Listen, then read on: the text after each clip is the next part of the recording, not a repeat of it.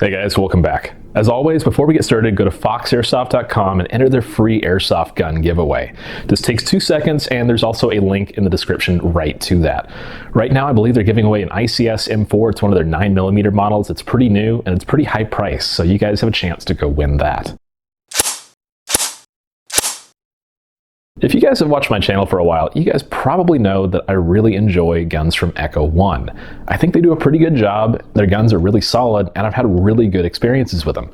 So when Fox Airsoft finally got the Echo One Mark 18 in stock, I said, I really want to check it out. It seems really similar to their Genesis series that they did several years back, and I wanted to see if it's a little bit newer than that or if it's really the same thing. So this is the Echo One Mark 18, and we're going to check this out today. For the most part, the gun comes with everything you need to really get started. If you're kind of a new player, that's a good thing. It comes with a tan high-cap mag, holds 300 rounds, standard winding wheel stuff.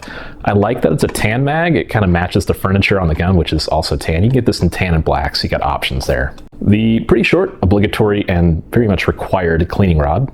There's some varying opinions on this, but I like the fact that it comes with a charger and a battery.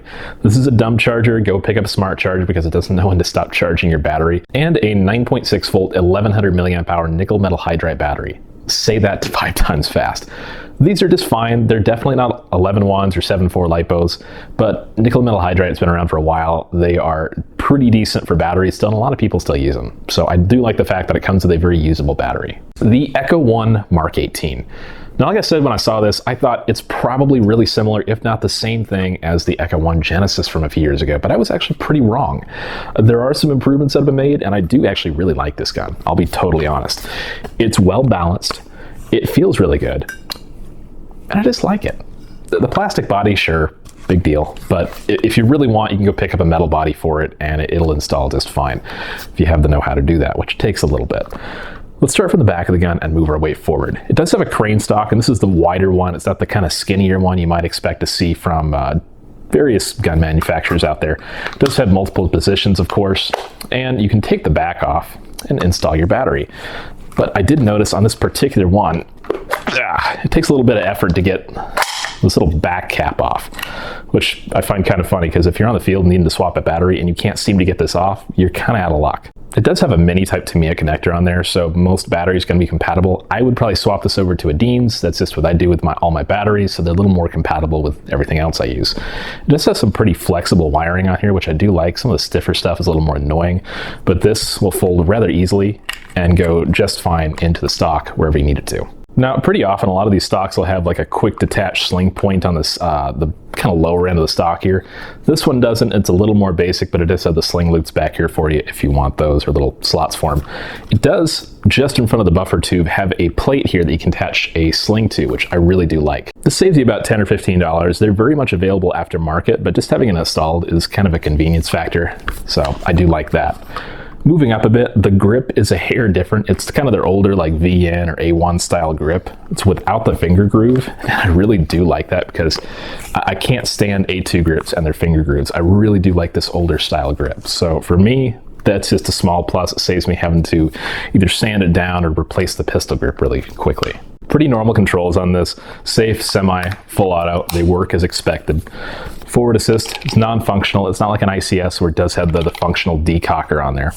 The hop-up is located under the dust cover. You're going to pull your charging handle back here just like you would any other airsoft gun. And it does have a standard one-piece, sort of a Marui style hop-up. It's not a rotary style hop-up like a lot of the newer models, but it works just fine, and I really can't complain at all. Just a little note, I did notice that the dust cover, it is plastic, of course, it's not a metal one. It looks like the spring needs to be kind of flipped over one more time on it because there's not a whole lot of tension, so I kind of wish they'd done that too. The sights on this gun, I really like. They're not quick flip up, but they're just flip up and they lock in place just fine. You flip them up, there's a button on the side you'll have to press to, there we go, put them back down, of course.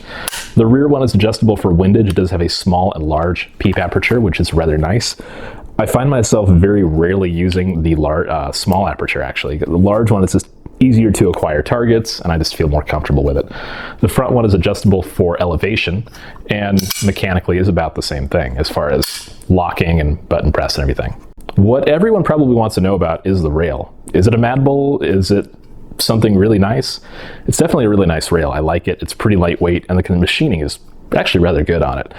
I do have a Mad Bull rail that I recently acquired that's the same model as this, and it's definitely not a Mad Bull rail. So keep that in mind. You're not getting the highest end rail. I think the finish is a little, like a slight step down from, say, a Mad Bull. But the Mad Bull rail alone is about half the price of this gun. So getting a rail like this on a gun is, you know, it's going to be expensive. So they do up the price on this, but I do think it's worth it. Something I did note here is the barrel wobble is a little more than I like on the outer barrel. It's probably just the 2 grub screws that need to be tightened down, as it is a 2-piece outer barrel. But it's just something to note. All right, let's go ahead and put this on the tech table, open it up, and see what the internals are like. With the Echo One Mark 18 opened up on the tech table, we can check out the kind of main 3 components: the hop-up, the motor, and the gearbox. Hop-up's a pretty normal 1-piece plastic hop-up chamber. I did notice it was missing a spring on the front, so just take note of that. Regular dial in here, and the barrel is right around 300 millimeters. It's brass, of course, and I did notice it's got a really solid crown on the end of it. I was kind of surprised. Normally Echo One guns come with the Mad Bull orange bucking, but oddly enough, this one just comes with a regular old black rubber bucking. It's kind of unfortunate. I really like the Mad Bull buckings. I've gotten really excellent, surprising range with those. I haven't had a chance to test this one out yet, but I assume I'll get pretty good range and accuracy out of it still. The Cyma OEM buckings are still really solid, and I'm usually pretty happy with them. The motor is really nothing terribly special. The shimming on it is decent. There's not a whole lot of axial play on it. Could use a little bit of refinement though. It does have a D-type pinion on there, which is pretty normal.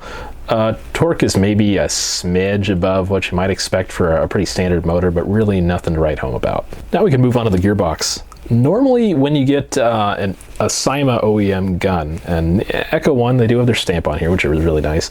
This is kind of a newer version of like a Cyma gearbox, which I really like. I really enjoy their OEM guns for the most part, and they're really actually quite good. We'll check this out and see what the tuning's like, but I'm expecting it's probably going to need a shim job. The gearbox does have a little port here to decycle the gun, so I just click that and it released the gears and the spring and the piston there, so I can open it up pretty safely now. Sometimes it takes a little bit of work to get these open without having them just completely pop, like so.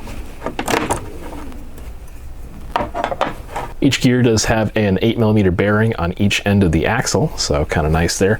The gun shooting a bit softer, bearings are really just fine. Pretty normal internals for a Cyma OEM gun. The gears, let's go ahead and check the shimming, because I'm actually really curious about that.